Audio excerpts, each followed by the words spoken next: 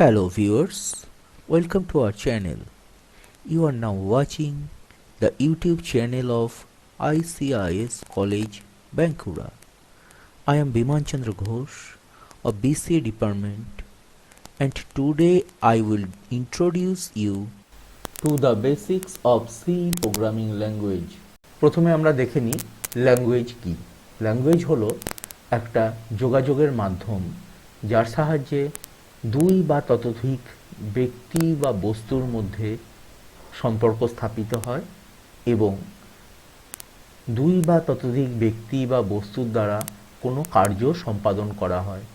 আমরা যেহেতু কম্পিউটারে কাজ করব, তাই কম্পিউটারে কাজ করার জন্য আমরা বিভিন্ন ল্যাঙ্গুয়েজ বা কম্পিউটারকে নির্দেশনা দেবার যে বিভিন্ন মাধ্যম আছে তার মধ্যে থেকে সি ল্যাঙ্গুয়েজকে চুজ করেছি এবং প্রত্যেকটা ল্যাঙ্গুয়েজের নিজস্ব একটা গঠন পদ্ধতি বা নিজস্ব কতগুলো রুলস থাকে।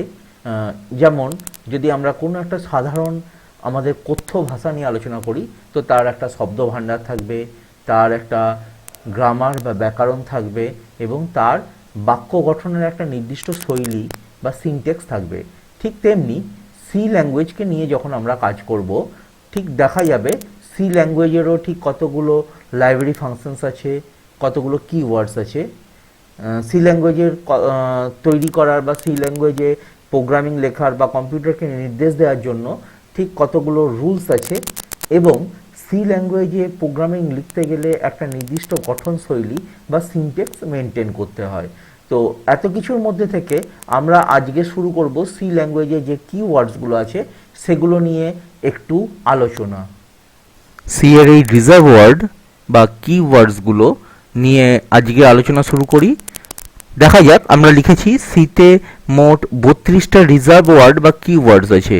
এই কিওয়ার্ডস বা রিজার্ভ ওয়ার্ডগুলো কি? সি ল্যাঙ্গুয়েজে এই যে ওয়ার্ডগুলো আছে এই ওয়ার্ডগুলোকে আর অন্য কোথাও কোনোভাবে অ্যাজ এ ভেরিয়েবল বা অ্যাজ এ ফাংশন নেম কোনোভাবেই ইউজ করা যাবে না। শুধুমাত্র এই ওয়ার্ডগুলোর একটা নির্দিষ্ট পারপাস, যেটা সি ল্যাঙ্গুয়েজের কম্পাইলারে আগে থেকেই লেখা আছে, শুধুমাত্র সেই পারপাসটুকুই সার্ভ করবে, তার বাইরে অন্য কোনো কিছু করার জন্যই এই ওয়ার্ডগুলোকে ইউজ করা যাবে না।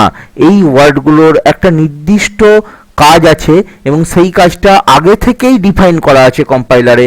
তাহলে আমরা চেষ্টা করলেও কিন্তু এই ওয়ার্ডগুলোকে দিয়ে অন্য কোনো কাজ করাতে পারবো না।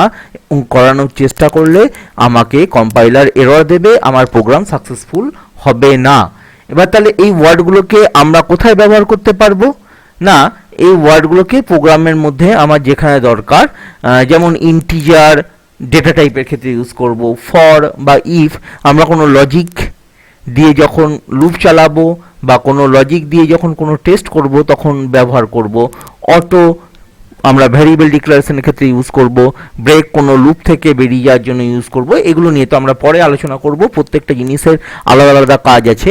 এখন যেটা জানার দরকার সেটা হচ্ছে এই ওয়ার্ডগুলোকে আমরা প্রোগ্রামের মধ্যে শুধুমাত্র ওই পার্টিকুলার পারপাস বাদ দিয়ে আর কোথাও ব্যবহার করতে পারবো না। না, কোথাও ব্যবহার করতে পারবো না। শুধুমাত্র যদি আমরা ইউজারকে কোনো মেসেজ দিতে চাই, অর্থাৎ ইউজারকে যদি আমরা কোনো কিছু প্রিন্ট করে দেখাতে চাই, সেখানে ডবল কোটেশনের মধ্যে অ্যাজ এ টেক্সট এই ওয়ার্ডগুলো ব্যবহার করা যেতে পারে এবং সেগুলো কিন্তু প্রোগ্রামিংয়ের পার্ট হলেও আমরা যেহেতু টেক্সট হিসাবে ব্যবহার করছি তাই এগুলোকে আমরা ওখানে লিখে দিতে পারি এবং ইউজার সেগুলো দেখতে পাবে। কিন্তু এই ওয়ার্ডগুলো দিয়ে অ্যাজ এ ভ্যারিয়েবল বা অন্য কোনো কনস্ট্যান্ট বা কোনো ফাংশন ইত্যাদি করা যাবে না। এগুলো একদমই রিজার্ভ ওয়ার্ড, মাত্র 32টা ওয়ার্ড আছে। আমাদের উচিত এই ওয়ার্ডগুলোকে সবগুলোকেই মুখস্থ করে নেওয়া।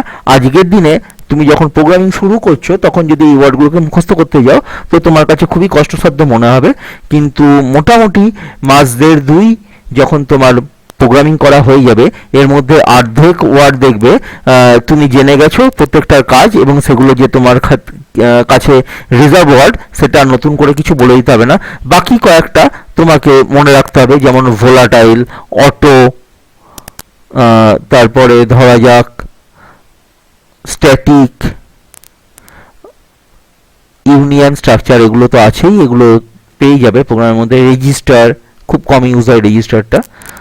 তো বা শর্ট ইন্ট হিসাবে আমরা ব্যবহার করে থাকি, তো শর্ট ওয়ার্ডটাও খুব কম ইউজ হয়।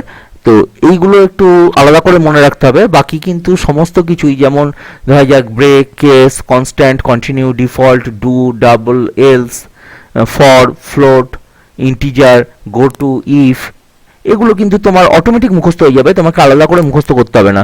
তো আমার বক্তব্য হচ্ছে যে একদম মুখস্থ করে নেওয়ার দরকার নেই এই মুহূর্তে।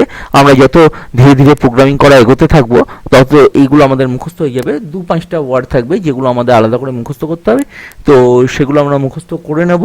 আজকে এই পর্যন্তই থাক সি কিওয়ার্ডস। পরের দিনকে আমরা সি এর যে বিভিন্ন রুলসগুলো আছে সেই রুলসগুলো নিয়ে আলোচনা করব এবং ধীরে ধীরে এগিয়ে যাব। ধন্যবাদ এতক্ষণ সঙ্গে থাকার জন্য।